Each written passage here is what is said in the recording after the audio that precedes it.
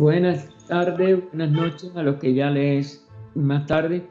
Hoy, viernes 28 de enero, aniversario 169 del nacimiento de José Martí, apóstol de la independencia de Cuba.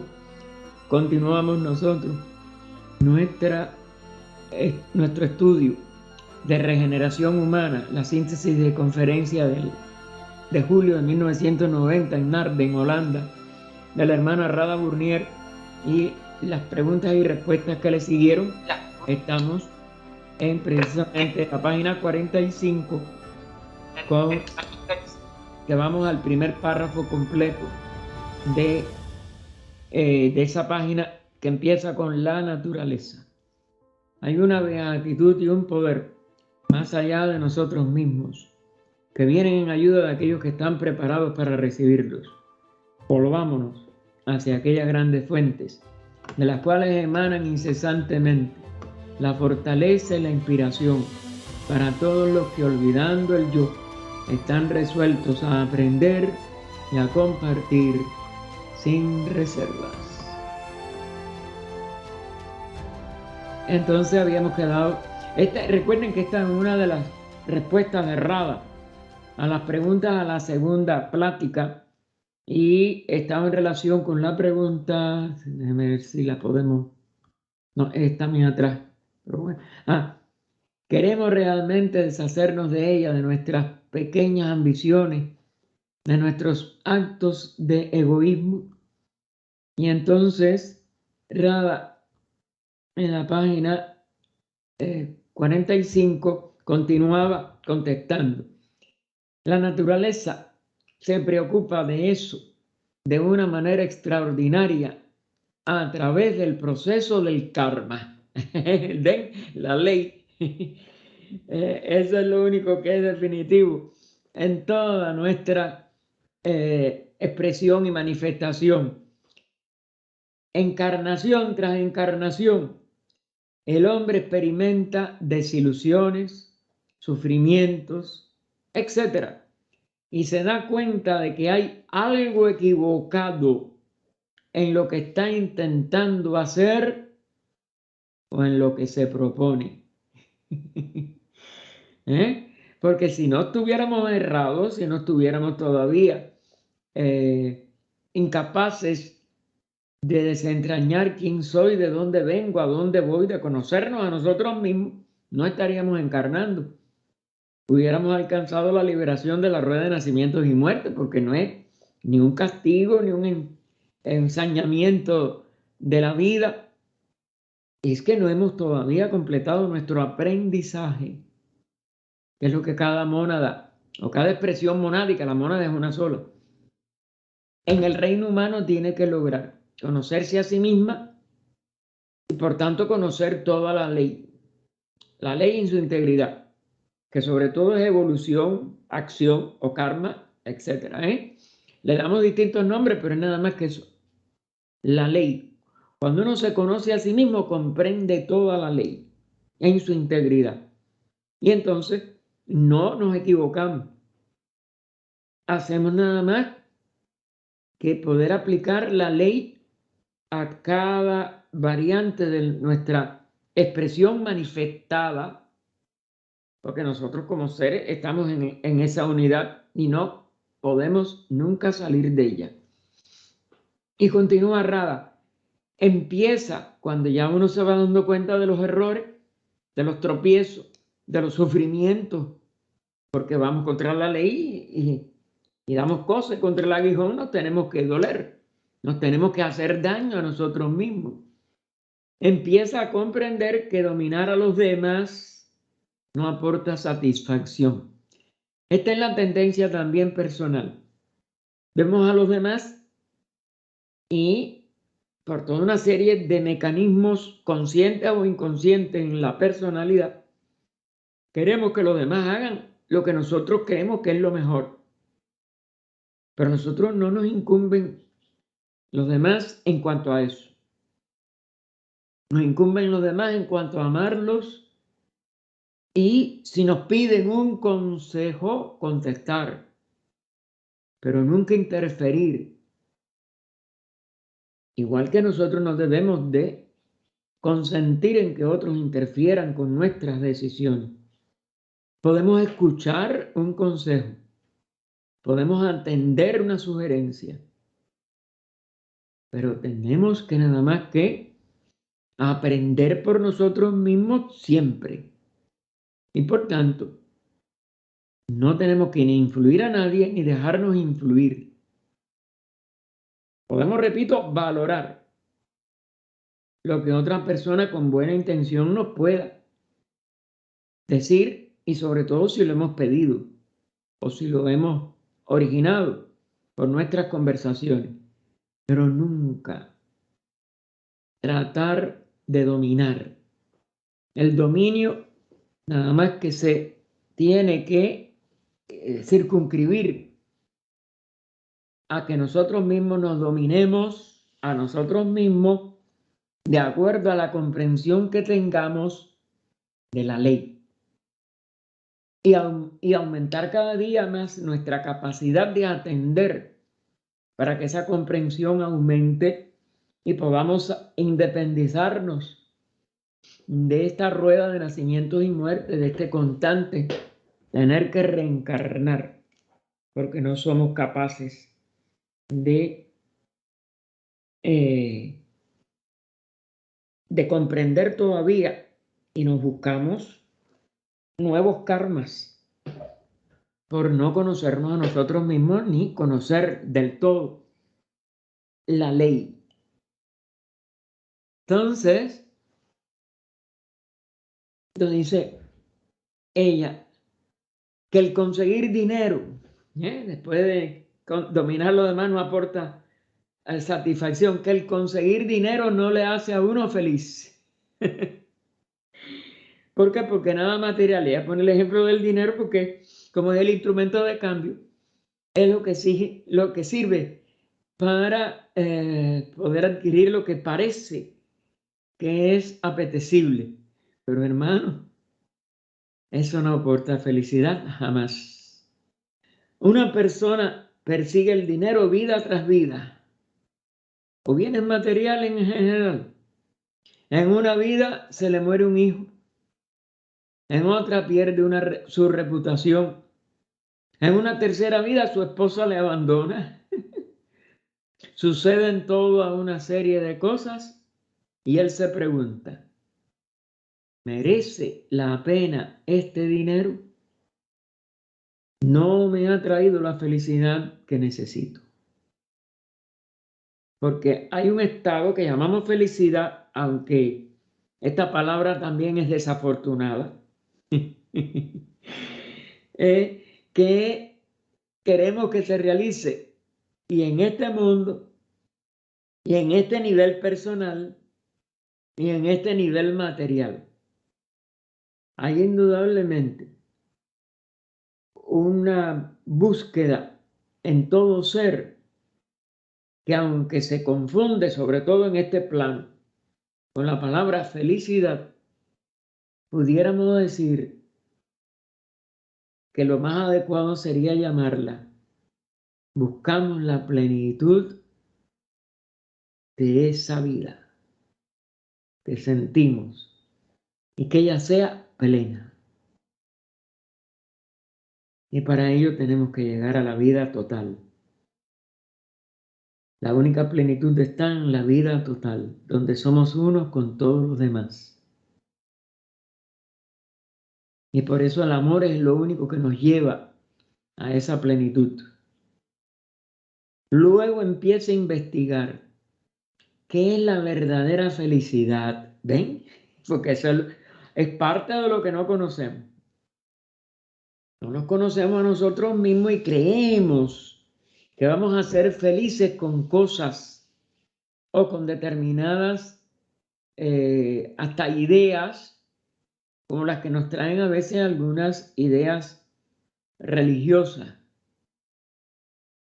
Yo quiero estar en el cielo con ese Dios, con todos los ángeles, con todas las cosas y para siempre. Y si nada más que ustedes tratan de imaginar lo que sería ese cielo, con el estado actual de nuestra conciencia, por supuesto, porque a nadie se le habla de que eso sea después de un estado, vamos a decir, un estado permanente, sea después de una transformación total de nuestra conciencia actual. Imagínense el aburrimiento de una eternidad que también está mal concebida, es decir, de un tiempo que no termina, y un tiempo indefinido, oyendo música celestial o disfrutando de cualquiera de las descripciones que se nos hacen de los cielos o del cielo, o del concepto que nuestra mente pueda tener de ello. Y ustedes verán que el tedio, el aburrimiento, el hastío de cualquier cosa que ustedes con la mente conciban como la felicidad en ese cielo, se les va a hacer sal y agua, se les va a convertir en algo insoportable.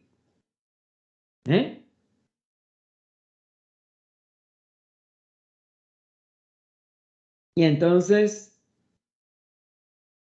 esa verdadera felicidad tiene que ser descubierta también, o esa verdadera plenitud, como me gustaría mejor llamarle.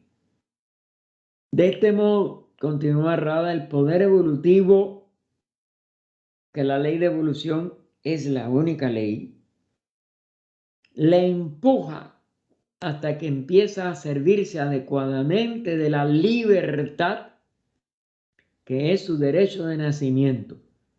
No la libertad física, sino la libertad de llegar a ser consciente y actuar de acuerdo con esa conciencia. Aquí está puesto en palabras, yo creo que una de las formas más, vamos a decir, más abarcantes de lo que podría ser vamos a decir, esta empresa de autodescubrirnos en esa felicidad. ¿De qué es esa felicidad? La libertad de llegar a ser consciente y actuar de acuerdo con esa conciencia. Es decir, eliminar toda posibilidad de conflicto. Eliminar toda clase de aburrimiento. Eliminar lo que, siendo un estímulo de nuestros sentidos y nuestra conciencia limitada actualmente a nuestro cuerpo físico, impondría sobre nosotros de una manera horrenda. Piensen en cualquier cosa que ustedes puedan imaginar de la manifestación en estos planos inferiores, con formas, etc. Sería insoportable si la tenemos vamos a decir, que disfrutar, entre comillas. Sí, empezaría con un disfrute. Lo que más ustedes puedan, como dijéramos, concebir, y aún cosas que todavía no pueden ni concebir totalmente, se volverían en una monotonía o en un hastío de ese estado de vibración que llamamos felicidad, que es nada más que una vibración de placer, y el cuerpo se agotaría, la conciencia se extenuaría, y nada de eso es factible. Luego, la verdadera plenitud de este estado, que sería en la verdadera eternidad, es decir, lo eterno con un tiempo totalmente más allá del presente, pasado y futuro, eso, hermanos, no es posible que nosotros, en nuestro nivel actual y con la mente, podamos descubrirlo. Y esa es otra de lo que haría esta búsqueda, como si dijéramos, fructífera. Esta investigación sí nos puede llevar a un descubrimiento que nos tenemos actualmente en nuestra capacidad actual de expresión de la vida a través de nuestra conciencia actual. Los que ya hayan abierto el mensaje de hoy de conocerse a sí mismo, de Krishnajit, analícenlo, está verdaderamente, como si dijéramos, abarcante de todos estos que estamos tratando de poner en palabras. Muy pocos seres pudieron utilizar los medios de comunicación imprescindibles, que es la palabra, para darnos estas imágenes, ideas, no sé cómo llamarle, estos vislumbres de lo que obviamente él tuvo que tener gran realización. Si no, no lo hubiera podido poner en estas palabras. Profundicen hoy lo que hoy envió de conocerse a sí mismo de Krishnajit, el hermano de Barcelona, a nombre de todo este esfuerzo de estos 2 años que él lleva haciendo este trabajo. Y hay que tener una gran gratitud por la forma en que está pudiendo poner en pequeños párrafos tanta suma de lo más, porque indudablemente que él hace la selección. Volviendo a Rada, pensamos que tenemos libertad, pero esto es ilusorio, porque estamos atados a un cuerpo, a una mente, a una conciencia limitada. Ella tiene que ser liberada. La vida en sí que estamos expresando en nuestros cuerpos necesita esta liberación. Y ahí, en lo de hoy está eso. Cómo conocernos a nosotros mismos sin ninguna de las limitaciones que enseguida nosotros mismos nos autoimponemos. Quiero buscarla, quiero obtenerla, quiero lograrla. Todo eso es deseo. Él lo dice en muchas de las que estamos estudiando, pero hoy tiene una de las síntesis esas maravillosas, de las cuales hay una enorme cantidad en la infinidad de sus pláticas durante más de 60 años.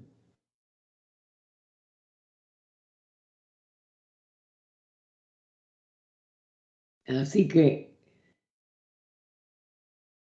se me fue el párrafo, yo creo que es aquí. Y cuanto más aprendemos a utilizar, bueno, no, por si acaso voy a releerlo. Pensamos que tenemos libertad, pero esto es ilusorio. Solo cuando empezamos a utilizar nuestros poderes de observación y la inteligencia. No había llegado aquí. Había dicho nada más la primera oración. Solo cuando empezamos a utilizar nuestros poderes de observación y la inteligencia para comprender lo que es la vida, cuando vislumbramos lo que es el verdadero progreso, empieza a tener lugar el cambio. Es decir, que nosotros tenemos que investigar esta ley de evolución para empezar no solo a comprender lo que es la vida, que la vida es una unidad, que no estamos separados de nada ni de nadie. Entonces vislumbramos lo que es el verdadero progreso, es decir, vislumbramos la ley de evolución. Empieza a tener lugar el cambio es automático. ¿Por qué? Por una ampliación de nuestra inteligencia y comprensión de la ley, no por un deseo, no porque nos impongamos un cambio, porque nos abrimos internamente a una nueva, como si dijéramos, perspectiva de comprensión, y por tanto la inteligencia empieza a aumentar su expresión en nuestro conjunto de vehículos. Y por tanto hacemos los enlaces. ¿Cuál es el enlace fundamental? Que empecemos a realizar la conciencia más profunda y por tanto a perder el sentido del yo separado, el yo entre comillas, el yo personal. Y cuanto más aprendemos, no deseemos, cuanto más aprendemos a utilizar nuestra capacidad de conciencia, la inteligencia, la comprensión, más rápidamente tiene lugar el cambio. Es nada más que un conocer a nosotros mismos, nuestra verdadera realidad interna, que es la que entonces hace el cambio en nuestras expresiones de vida en lo externo, en nuestros vehículos. Y van ellos difundiéndose también en la expresión de la unidad de la vida. Todo lo demás se cae como hoja seca. Y cuanto más aprendemos a utilizar nuestra capacidad de conciencia, más rápidamente tiene lugar el cambio. Probablemente hasta cierto punto, todos nosotros somos conscientes de que debe tener lugar un cambio fundamental, porque no es un cambio accesorio, fundamental, que es la desaparición del yo personal, del sentido de separación que tenemos todos todavía, porque es la prueba de nuestra ignorancia, pero no somos profundamente conscientes. Porque eso nada más que se va haciendo profundo en el centro de todo nuestro ser, pero abarca todo nuestro ser. No nos sentimos especialmente deseosos de poner en práctica el conocimiento o la inteligencia cuando algo nos ofrece una ventaja inmediata. Es decir, los sentidos se van hacia algo afuera y la conciencia profunda, que de verdad nos puede llevar a una práctica, es decir, a que la vida nuestra en cada momento sea fructífera, sea profunda, esté atenta a ese conocimiento de sí mismo.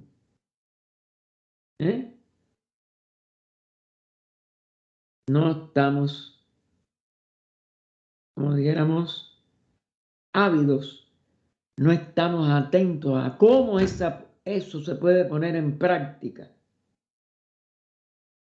Porque si hay algo de afuera que nos dé ventaja, el egoísmo, la personalidad, el yo personal, es el que busca ventaja. Porque en la vida una, ¿qué ventaja va a haber? Si todo es lo mismo, si todo nada más que es una totalidad, cuando la larga costumbre de la autoconservación o la sexualidad impulsa a la mente hacia una conducta incontrolada. El deseo de placer. El deseo de placer. Y sin inteligencia. El placer no es inteligente. Y eso lo vemos en la vida práctica de la humanidad. Las personas más sensuales, más primitivas, más entregadas a sensaciones, nada más que complican constantemente su existencia y las llevan a múltiples desastres y múltiples sufrimientos.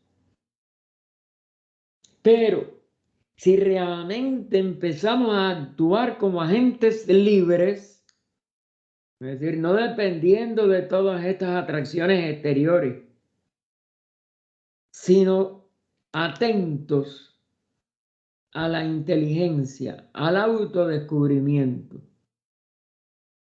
Entonces hemos de profundizar en el significado y las implicaciones de nuestros actos y de nuestras actitudes.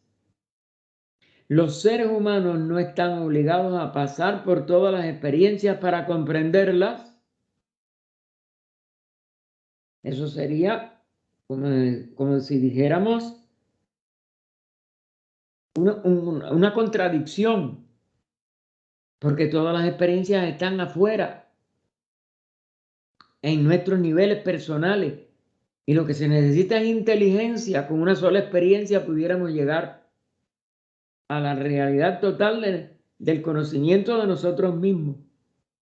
Pero eso depende del estado de atención inteligente y el autodescubrimiento del significado de cada experiencia.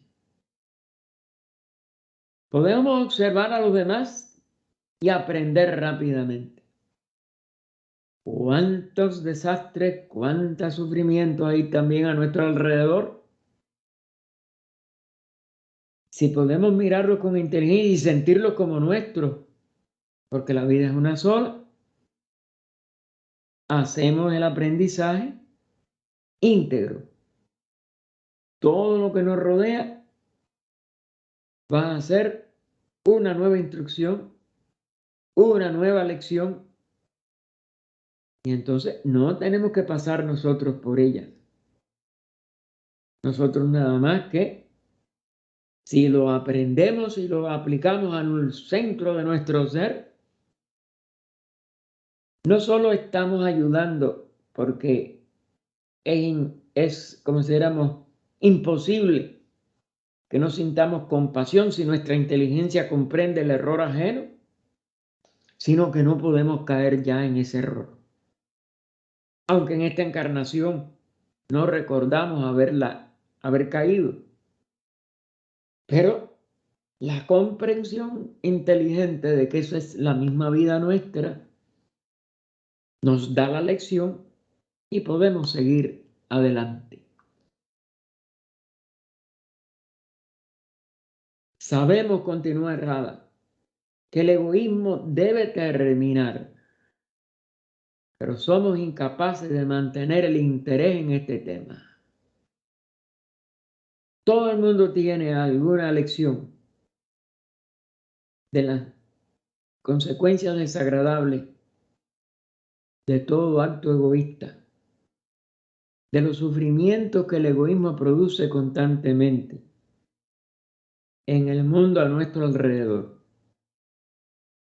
Pero, como ella pone, somos incapaces de mantener ese interés. Nuestra mente, nuestros ojos, nuestros sentidos tratan de escapar. Bueno, ese es el egoísmo de otro. No, el egoísmo es total de todos. Somos parte de la manifestación, parte de la expresión de la vida. Luego, si ya comprendemos lo negativo del egoísmo, nosotros debemos mantener cómo eliminar el egoísmo de toda manifestación de todos los seres a través de nuestro amor, de la compasión, pero del sentido inegoísta de la vida, porque la vida no está separada y por tanto no puede preferir a una cosa u otra. Tiene que abarcar la vida en su integridad. Nos sentimos demasiado inclinados a decir, yo soy así, no puedo evitarlo. O bien, es humano ser egoísta. O los seres humanos no pueden cambiar. Yo tampoco. Porque Cuando decimos los seres humanos no pueden cambiar, nosotros como somos seres humanos, nos metemos en él y nos autojustificamos, ¿eh? Y la guerra es inevitable. Ha habido guerra de que hay por lo menos récords históricos. Y entonces nos encogemos de hombros. Y la guerra puede ser entre padres e hijos, entre hermanos, o puede ser entre naciones, o puede ser mundiales, como las dos grandes guerras mundiales del siglo XX.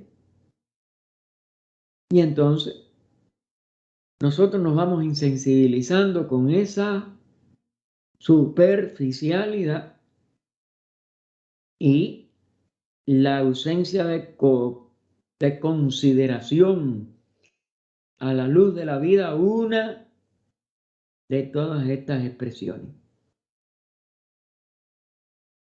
Solemos oírlo, pone Rada, pero lo peor, solemos pensarlo, solemos sentirlo y también nos consolamos o autoconsolamos. Bueno, son tantos, yo soy uno más que no importa.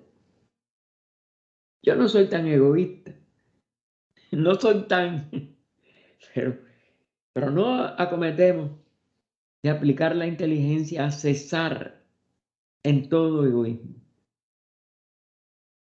Y Rada continúa, significa que estamos todavía muy condicionados por los reflejos animalescos. Y esto es lo que tenemos que afrontar. Si en nosotros hay cabida, y la hay indudablemente, si no ya hubiéramos autorrealizado gran parte de nuestra evolución espiritual. Si nosotros no tuviéramos ese condicionamiento y fuera un reflejo animálico en nosotros,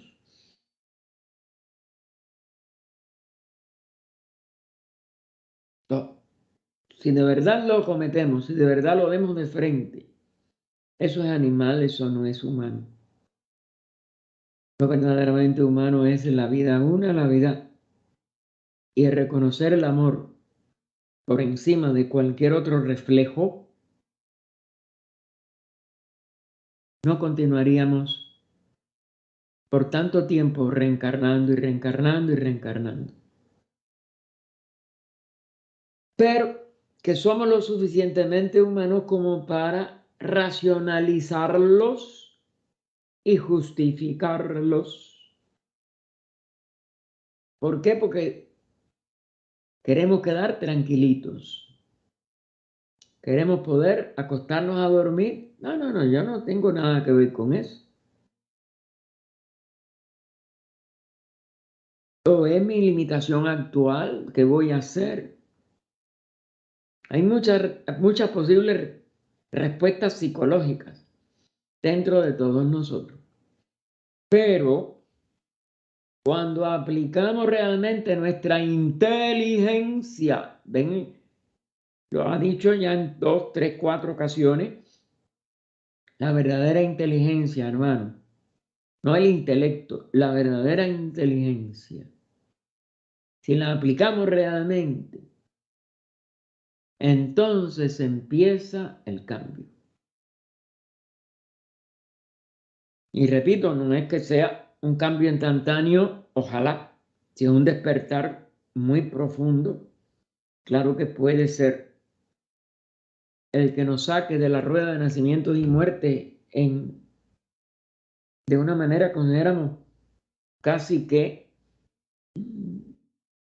inmediata.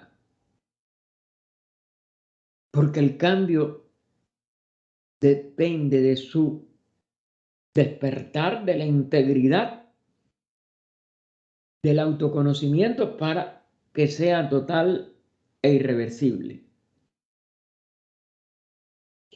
En la minoría de seres en los que ha tenido lugar un cambio fundamental, los adeptos son focos en el mundo, la naturaleza animal ya no funciona.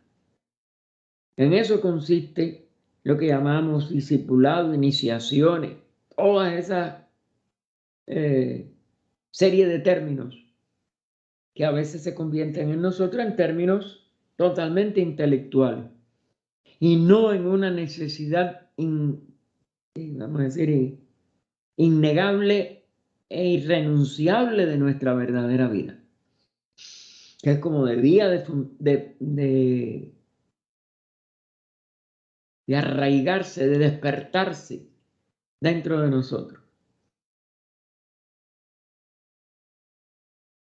Estos seres en que ya no funciona lo animal, se han adelantado a nosotros porque la conciencia humana está completamente despierta en ellos y son realmente libres. No solo es la liberación en un sentido de rueda de nacimientos y muerte, es la liberación íntegra de la conciencia de estos seres. Sin embargo, ellos voluntariamente, y eso lo vemos como lo plantea, en qué forma tan mística y tan profunda lo plantea la voz del silencio, renuncian a su liberación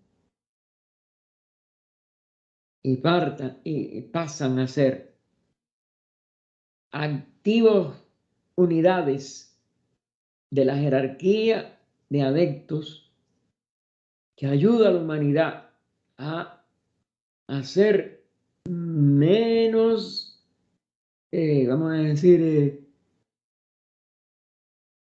menos escasa y más repetida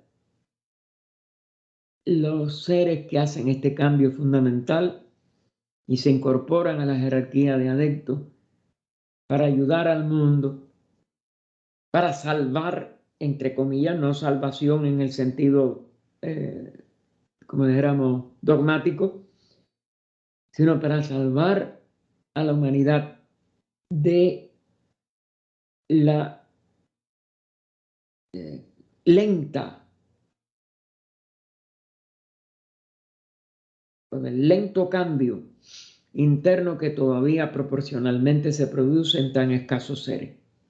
Y por tanto, haciendo que disminuya y no aumente la suma de dolor y de desesperación y de tragedia y de egoísmo en la humanidad actual. Así que, aunque la mayoría de la humanidad está todavía demasiado condicionada, tenemos ante nosotros la posibilidad del cambio total. Todo lo tenemos ante nosotros. No importa que sean tan escasas las otras, no importa que sea tan difícil. Basta con que nosotros empecemos este autoconocimiento y estemos atentos a no expresar egoísmo en nada, a sorprendernos, no, esto es egoísta y me separa de la vida real. Y entregarnos nada más a esa vida total, a esa vida real, a esa ausencia de egoísmo para que podamos ser parte integrante de la jerarquía de adeptos y de la disminución progresiva del sufrimiento humano.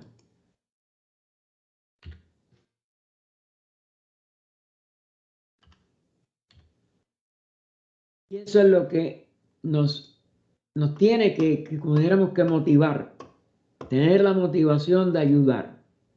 Si la motivación es egoísta, claro que no vamos a estar haciendo nada. Si es que yo quiero sufrir menos, ya.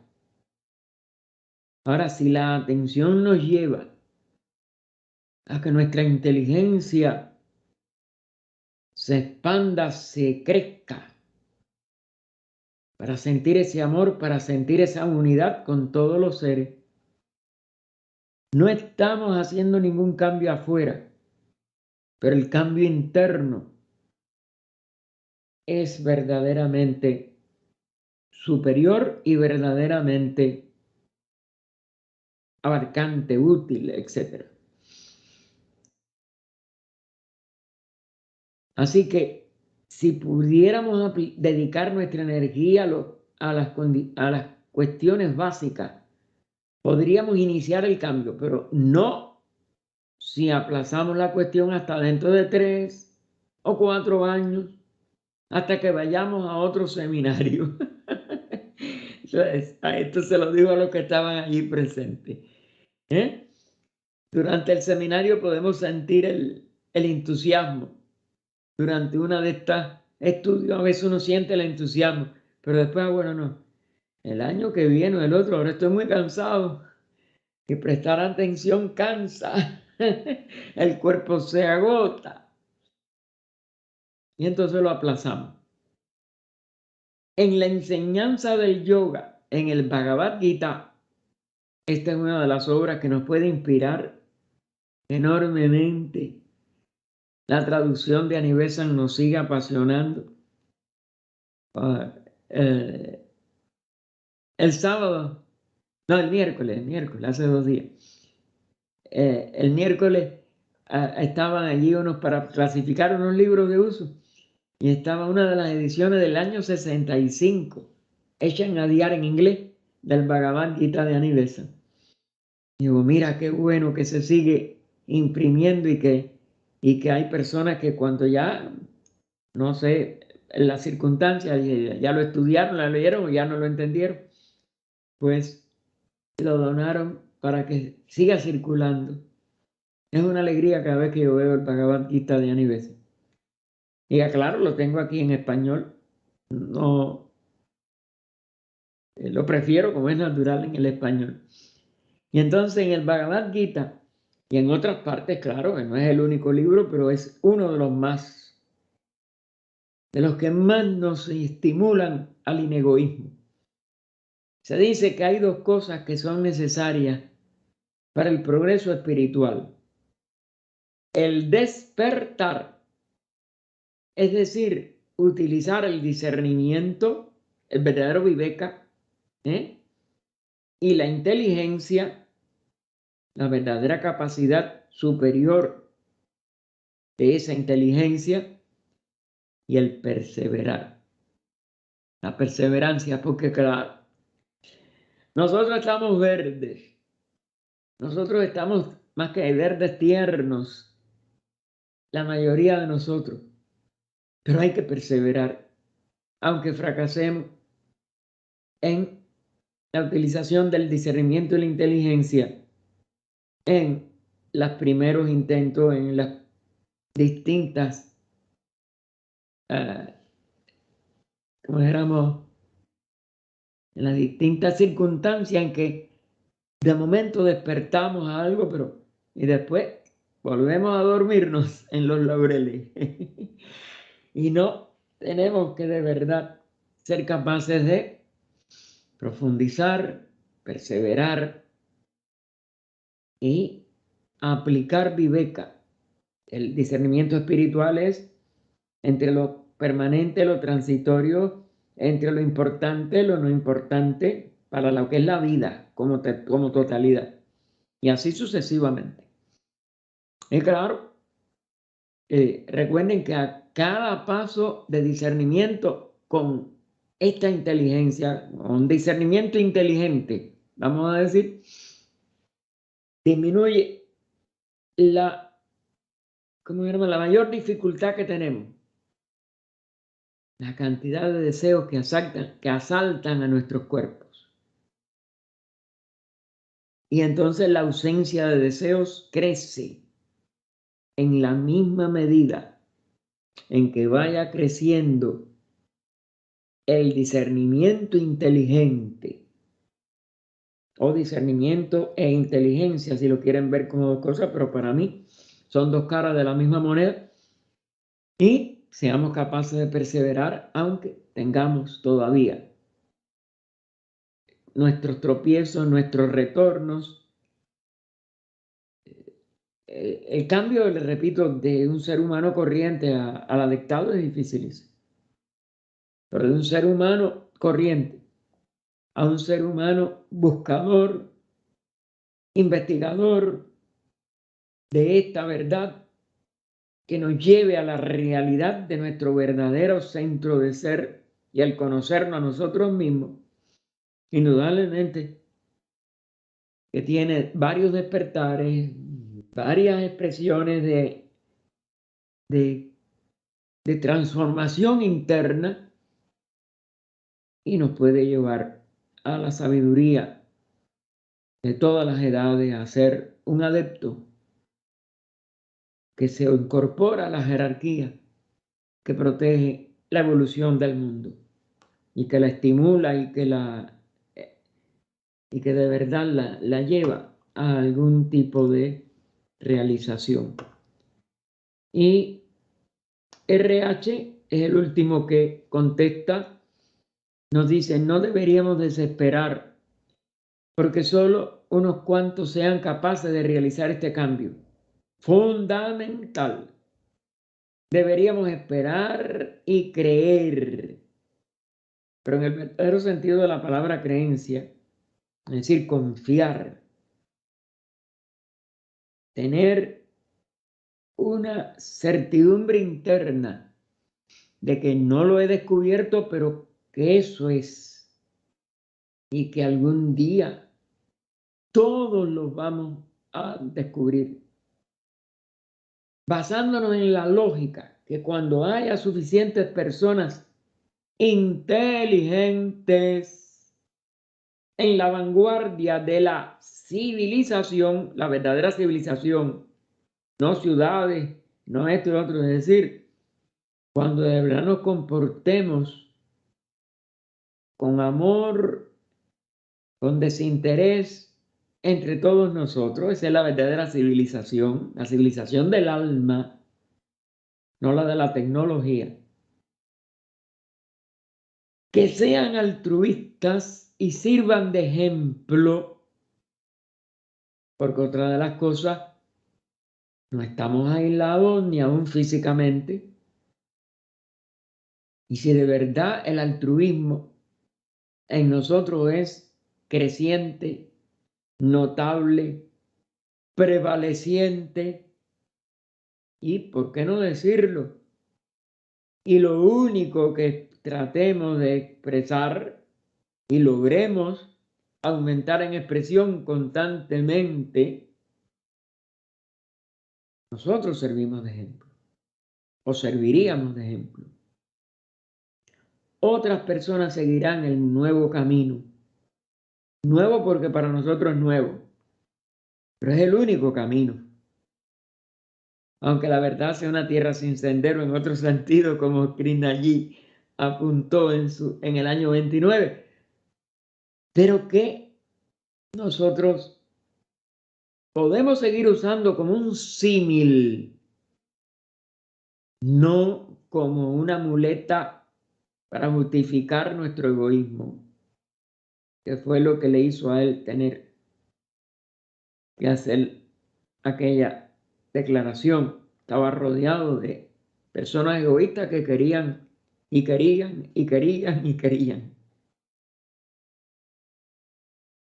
Que quizás en la forma que él lo hizo, él mismo después la tuvo que ir modificando porque lamentablemente lo interpretaron grotescamente.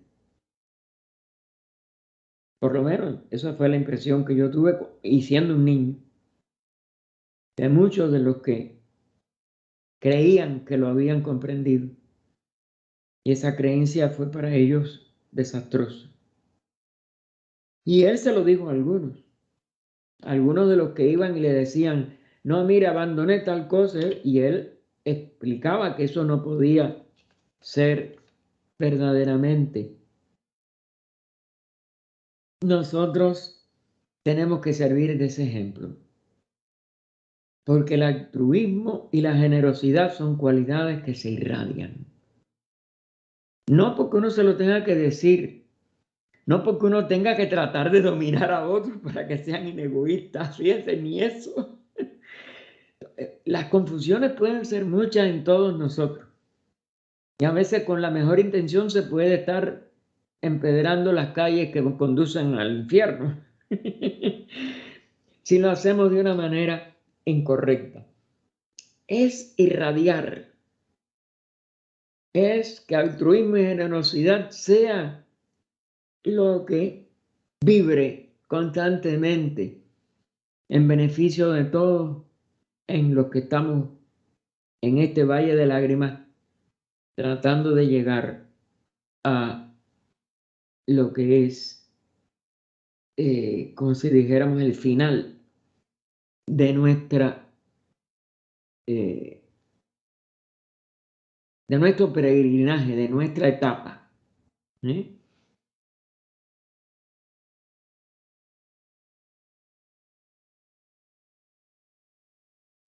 Vamos a poner aquí llegamos al final de esta parte y vamos a entrar a la plática tercera, porque estos son, como es natural, lo de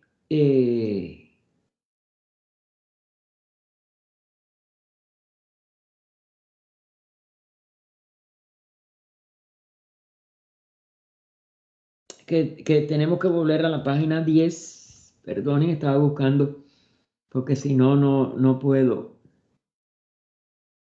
¿Dónde estará la página, la conferencia o de la plática que ella dio en tercer lugar, que es la regeneración y los objetivos de la sociedad teosófica? Una cosa muy importante.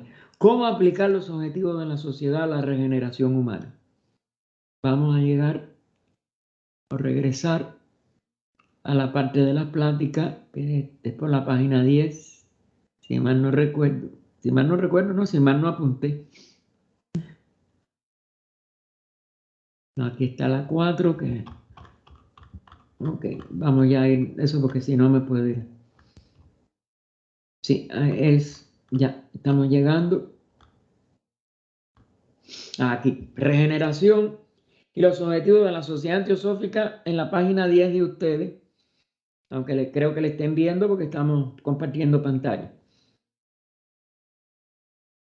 Y comenzó la hermana Rada esta tercera plática sobre la regeneración y los objetivos. Recuerden, los 3 objetivos son, primero, formar un núcleo de la fraternidad universal de la humanidad, sin distinción de nada.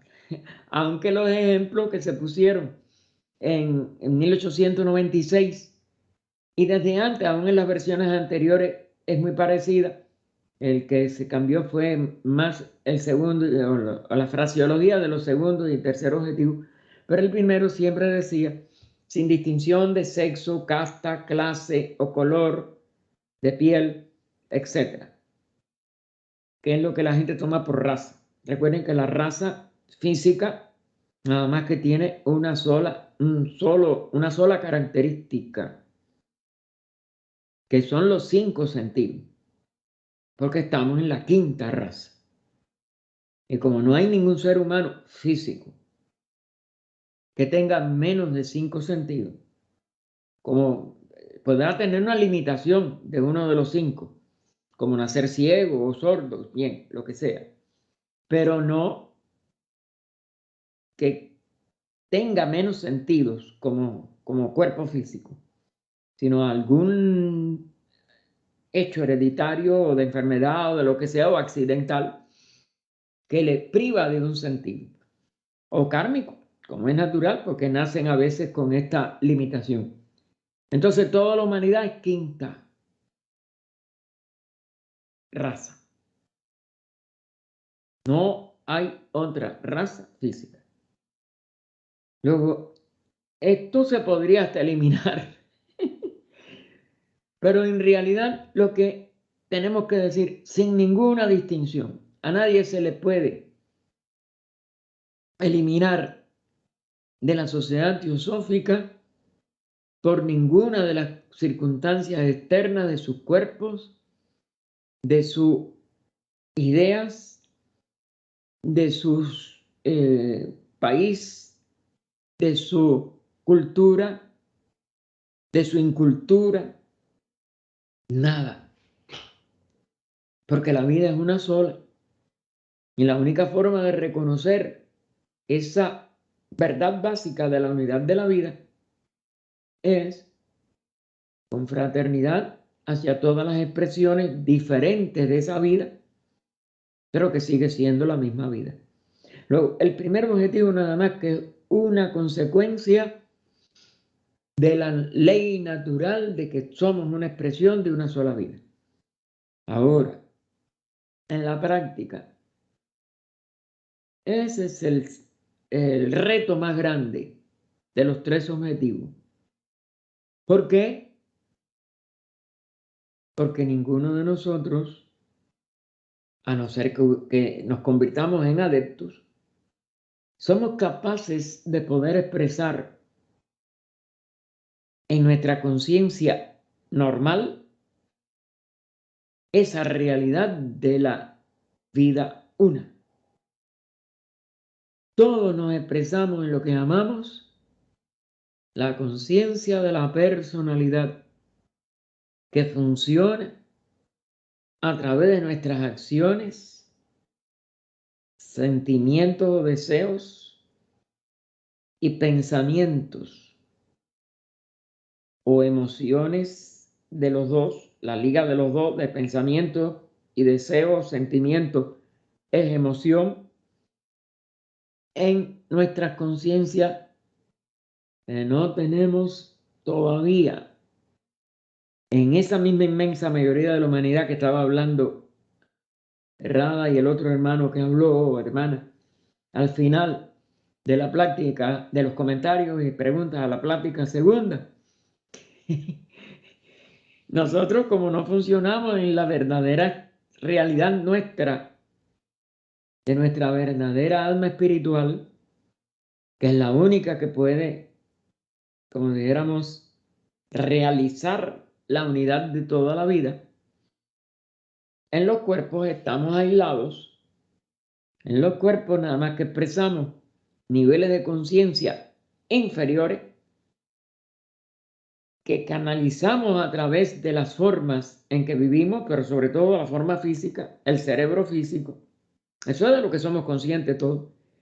Y por tanto, como eso sí se siente separado, a la primera de las separaciones de los demás que no comprendamos, que no realicemos a través del amor, la compasión y la sabiduría de que seguimos siendo uno, pues nos va a llevar a que perdemos la paciencia, a que increpamos lo mismo a Dios que a cualquier ser que nos rodea y rompemos la armonía con ellos.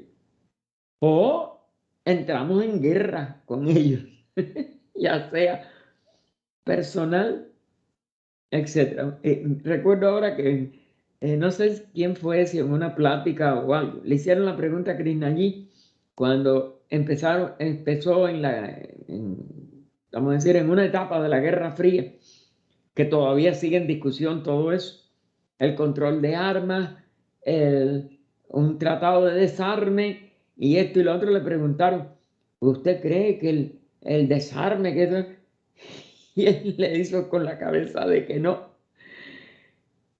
El ser humano, mientras no se autodescubra, no se conozca a sí mismo, seguirá en guerra con él mismo y contra todos los demás. No importa con qué armas no, puede ser con flechas, con arcos, como en la antigüedad, puede ser con estas bombas atómicas y acabar con poblaciones enteras, como se hizo en Hiroshima, en Nagasaki, etc. O como después, sin guerra, pasó en Chernobyl y en la misma esta de Fujiyama, esa de Japón, que tantas personas se han llenado de radioactividad, etcétera, etcétera. Y que sigue, nadie sabe las consecuencias de todo eso. Entonces, el ser humano, mientras tenga egoísmo, nada más que va a querer, no, yo tengo mis plantas atómicas porque yo necesito hacer electricidad. Y si explota, que explote, y que se muere, que se muere. y ganan dinero con eso. Y así sucesivamente. Entonces, la guerra no está en con qué arma se haga. La guerra está en la falta de inteligencia, de amor y de altruismo entre los seres. Y en que la verdadera fraternidad no la sabemos poner en práctica. Que tiene que estar fundamentada en esos principios internos. En esa evolución interna, en esa comprensión de la ley de evolución. Bueno, el segundo es fomentar el estudio comparativo de las religiones, filosofías y ciencias de la humanidad. Si se hace en el espíritu de fraternidad, utilísimo. Pero si falta ese principio de la fraternidad, porque los tres son uno en cierto aspecto, recuerden que todas las trinidades son una unidad, surgen de la unidad y regresan a la unidad. Si ustedes hacen ese fundamento para tratar de darle propaganda a su preferencia, sea esta la más alta de todas, en su pureza original de fundación, que todas comparten esa misma pureza en su fundación. Pero ustedes quieren ponerla, no, esta porque es la de mi, por ejemplo, la predominante en mi patria, porque fue la primera de nuestra quinta raza, por ejemplo, el hinduismo para muchas personas, o las 6 darshanas, no, la Vedanta, no, la Samkhya, o el cristianismo, no, porque es la del corazón. Jesús renunció a todo, se sacrificó por todo, fue crucificado y fue un gran iniciado. Si tenemos, por ejemplo, el cristianismo esotérico de Dani Bessan o Isis sin velo de HPV, que habla de toda esta realidad, ¿ok? Pero eso no la hace la única ni la mejor, ni que la que tengo yo que imponer o que yo tengo que preferir. Esto, y Gautama Buda es la mónada más alta de nuestra, está en las cartas de los maestros. Y Gautama es la única mónada que puede pasar por 2 rondas, cuando la ley nada más que es una, los adeptos nada más que quedan asegurados cuando la completan, ¿no? A la siguiente ronda, y él es 2, una excepción. Ah, no, tiene que ser el budismo.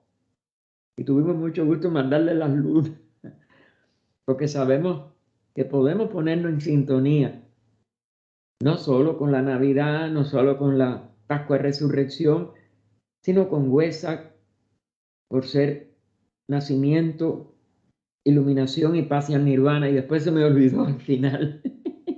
No les puse a los que se los mandé, de que también Asala o Asatha, que es como se debía pronunciar, que es como se dice en Ceilán o en Sri Lanka ahora, que es la nación, por cierto, Sri Lanka obtuvo que Wesak, una de las dos, fuera aceptada como una fecha internacional de Naciones Unidas en honor a esa celebración del Buda de Gautama, porque hay otros Budas, ¿no? Pero bueno, nadie casi los conoce fuera de los tiosos. Y entonces, Asala es cuando él da después de su iluminación en el parque, uno de los parques más sagrados de la ciudad santa de Varanasi, las 4 nobles verdades y el noble octuple sendero, que después repitió hasta su muerte, para que quedara como una huella indeleble de su enseñanza, y es verdad que ha quedado.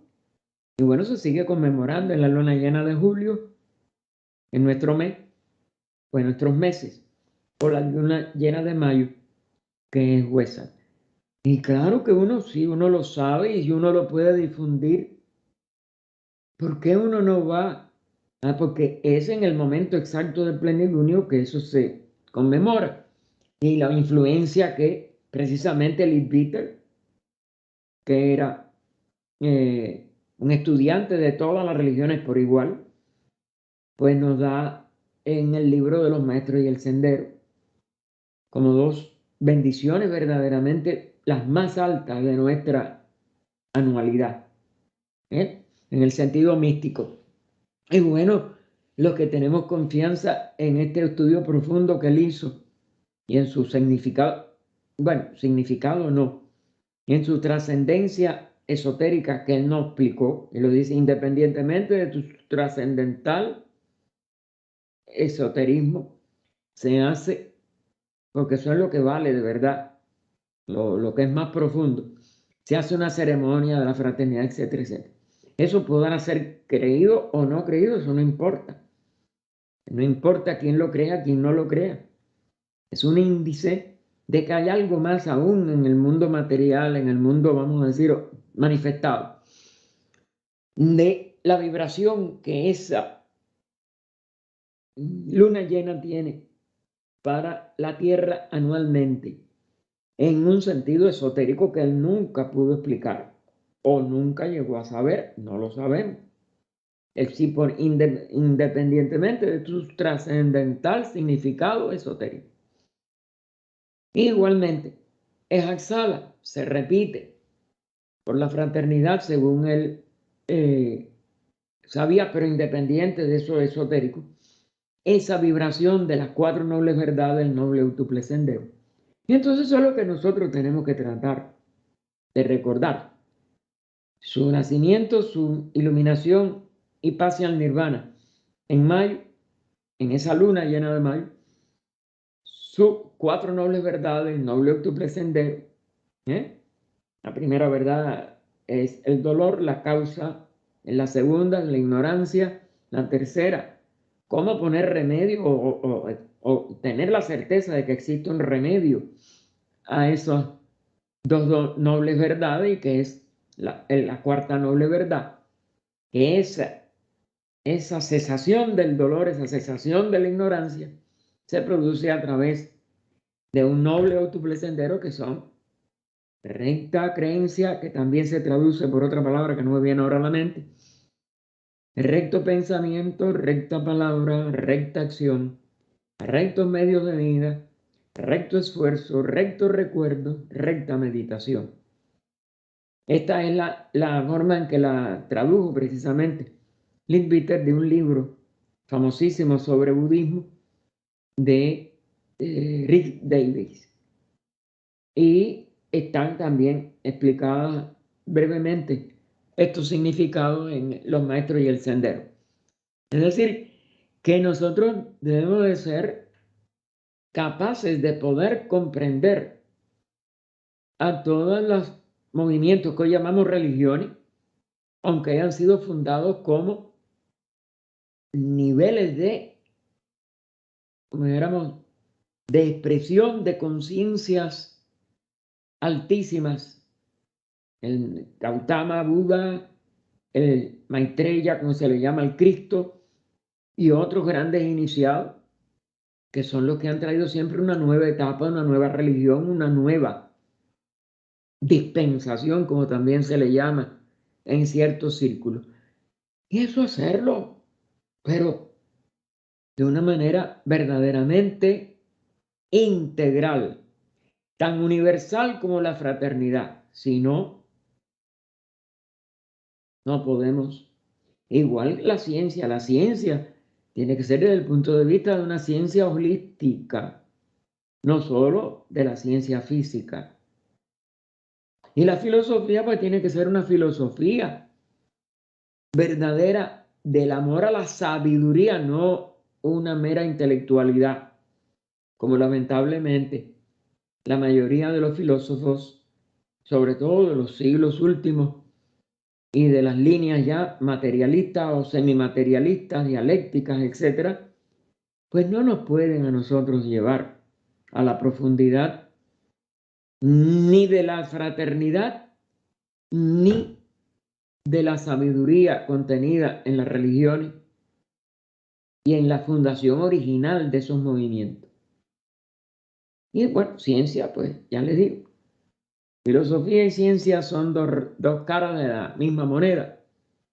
Son dos aspectos de la investigación de las leyes del universo. La una por la línea filosófica, la otra por la línea experimental o científica, pero que abarque, como hicieron Sir William Crookes, Alfred Russel Wallace y más tarde en el siglo XX el mismo Einstein y Sir James Jeans, que es el que les debo, no lo he acabado y no lo he distribuido, pero que también tienen o han tenido, porque los hay vivos igual ahora, una destacada, vamos a decir, actitud de donar a la humanidad aperturas de pensamiento y de investigación para que sigan ampliándola. No una ciencia que nada más que se basa en el plano físico, sino que puede llevar, como Sir James Jean habla en esa alocución, a lo que está más allá del espacio y del tiempo. Entonces, si nosotros cogemos los tres objetivos de esta manera, esta plática nos va a inspirar enormemente. Rada la comenzó, y perdonen una introducción tan larga, pero es que de los tres objetivos de la sociedad también se hacen muchas caricaturas con la mente. Y nosotros no podemos dejar esas caricaturas. Solo tenemos que ir a porque si no, ¿cómo vamos a enfocarlo para la regeneración de la humanidad? Y entonces Rada comenzó, aunque la sociedad teosófica tiene tres objetivos, tiene un propósito único. Lo que le dije también no lo amplié porque sabía que ella empezaba con esto. Es decir, los tres son uno, que es el de elevar a la humanidad desde el punto de vista moral y espiritual. Y hasta se debía de usar más la palabra ético, que en castellano sobre todo tiene un peso enorme, más que la moral, que casi siempre las personas la relacionan enseguida con la mojigatería religiosa. Y no la ley. La ética es una ley que se enmarca dentro de la ley de evolución. Y si no está acorde esa ética con la ley de evolución, no es tampoco ella ley. Y bueno, la espiritual, imagínense, claro, es que todo es espíritu y que el espíritu es uno solo porque es la única vida. Esto no es idéntico a lo que la mayoría de la gente llama progreso.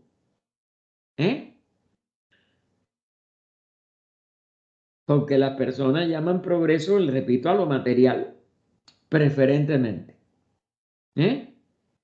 Pues la regeneración moral y espiritual será la fuerza más potente, será la fuerza más potente que contribuya incluso al progreso material. El verdadero progreso material no existirá si estos tres objetivos no están incorporados a la vida de la mayoría de los seres. ¿Por qué? Porque el progreso material hoy, ¿cómo es? Egoísta, selectivo, desconocedor del dolor prevaleciente, etc. Cada uno tiene su teoría, cada teoría dice que todas las demás teorías son falsas. Este progreso, si es verdaderamente una regeneración moral y espiritual, no tendría posibilidad de exclusivismos, de peleas, de discusiones, de ninguna de las cosas que separan a las personalidades humanas en todos los tiempos, pero muy agudas y muy trágicas en el mundo de hoy, por precisamente el avance de la parte física, desproporcionado con el poco avance o retrocesos en los niveles éticos y espirituales. En todas partes vemos intentos que se retrasan a causa del egoísmo, ¿ven? De las tensiones y de la indiferencia, que es todavía más triste. Que tantos seres sean indiferentes a todos los que les rodean, que sufren, que están arrinconados a una miseria, a una ignorancia, a un desprecio, porque sus expresiones no coinciden con las de cualquier grupo o cualquier teoría de la vida o cualquier aproximación egoísta a determinados aspectos de esa vida. Por lo tanto, el progreso debe centrarse alrededor de una nueva visión, de nuevas actitudes, una nueva visión holística, una nueva visión omniabarcante, una nueva visión que no excluya a nada ni a nadie, sino que incluya a las peores expresiones que nosotros podamos, vamos a decir, encontrar, y que solamente se responda con el amor, el altruismo, el inegoísmo y soluciones que no descansemos en tratar de emplear, de ensayar, de difundir como propósitos, como teoría, lo que sea, hasta que no se realice esa paz, esa armonía, esa concordia en la civilización actual. Los objetivos de la sociedad no pueden dejar de relacionarse entre sí, lo que estábamos tratando de que ustedes ya tuvieran, porque sabíamos cómo ya iba a empezar a entretejer esto, porque están ligados a la cuestión del progreso y de la perfección humanos. Recuerden el tercer objetivo: investigar las leyes inexploradas de la naturaleza, y los poderes latentes en el hombre. Es decir, que ese tercer objetivo es el que nos lleva a la unidad, porque es lo único que va a hacer que el progreso y perfección humano sean las que lo regeneren. Porque indudablemente que estamos degenerados en un nivel, vamos a decir, como si dijéramos, deprimente, crítico. Si los consideramos por separado, los tres objetivos, ¿no? Cada uno con su propio fin independiente, tal vez no contribuyan a cumplir el cometido de la sociedad teosófica. Probablemente es necesario que los miembros de la sociedad de todo el mundo se pregunten qué es lo que significan estos objetivos en términos de regeneración, de elevación de la mente humana, porque es la que está más degradada, o como se le quiera llamar. Porque aparte, los niveles mentales son los que arrastran la degeneración de los deseos. Los deseos en sí, claro, que mientras el ser humano no tenga una vida interior, van a estar atrayendo.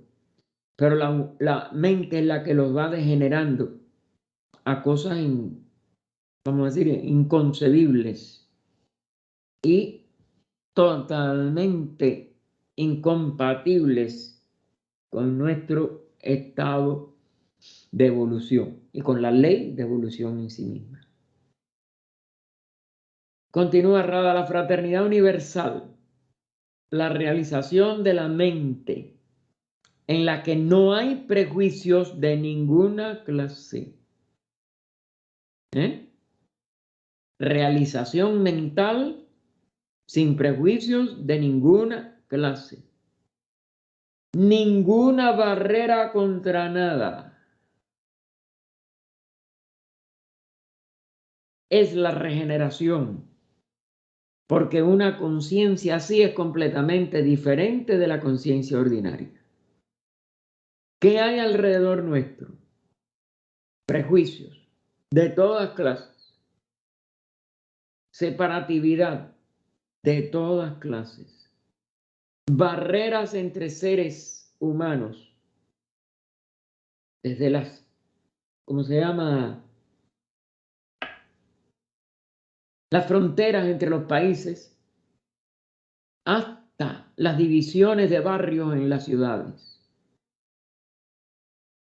Y de discriminaciones entre miembros de la misma familia. Como ya se ha dicho, tiene una cualidad religiosa, de religare, yendo a el significado etimológico de religión. Volver a ligar, volver a unir, porque ya estaba unido. Y en el fondo, en su esencia, todo sigue siendo uno. Pero nosotros no lo comprendemos. Y una inmensa mayoría de la humanidad lo niega a rajatabla. Porque los prejuicios la han llevado a esta ignorante, como si dijéramos,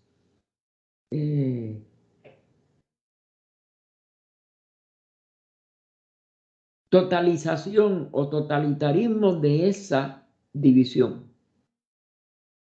No consideran que van a volver a nada. Se consideran de que ya, como éramos, surgieron separados todos. Y por tanto, no lo admiten como realización.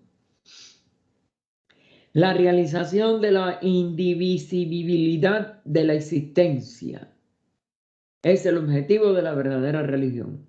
La religión, si religa, lo religa todo. No religa a unos para dejar sueltos a los demás. Y ahora pone el título de este artículo que después se convirtió en un folleto, creo, algo así, de HPV. ¿Es la teosofía una religión? HPV dice que la religión per se, en sí misma, en lo que es verdadero de ella, es aquello que une a todos los hombres y a todos los seres en un todo. No es algo que divida. Luego hablar de la religión hinduista, cristiana, maometana, cualquiera de las budistas, etcétera, es ya un anatema, es una falsedad. Darle un nombre que se pare a lo que se llama una religión, que no es nada más que una organización procedente de una línea tradicional o de una fundación, de un fundador, de un instructor. Todo eso no es ni más ni menos que una falsedad. Es una interpretación errónea y no puede llamarse religión. Se tiene que llamar organización o grupo humano seguidores de un instructor. La religión es abstracta y ella es el volver a unir lo que aparentemente, mayávicamente, usando así la palabra de la India antigua, de Aryavarta, no de los hindúes que también se sienten separados de los musulmanes, de este y del otro, que son seguidores también de un instructor, pues se sienten divididos, ya no es religión. Así pues, la experiencia de la unidad es una experiencia religiosa, es una nueva clase de percepción, una nueva cualidad de la mente, la de la unidad.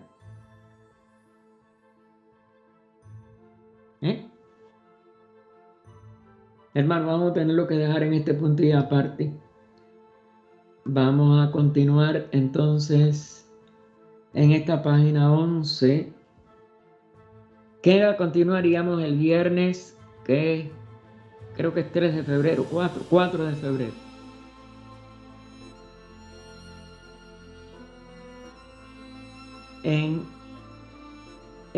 Esto es una maravilla.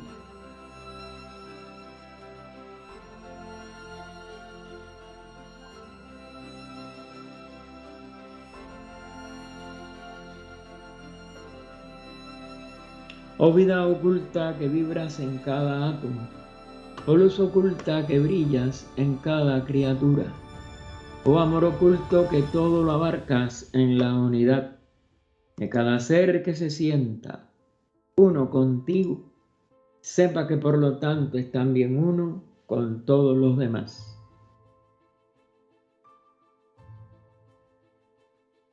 Así, en esta tarde del 28 de enero y noche para algunos de ustedes de 2022, dejamos en la página 11 para continuarlo el próximo viernes 4 de febrero en el párrafo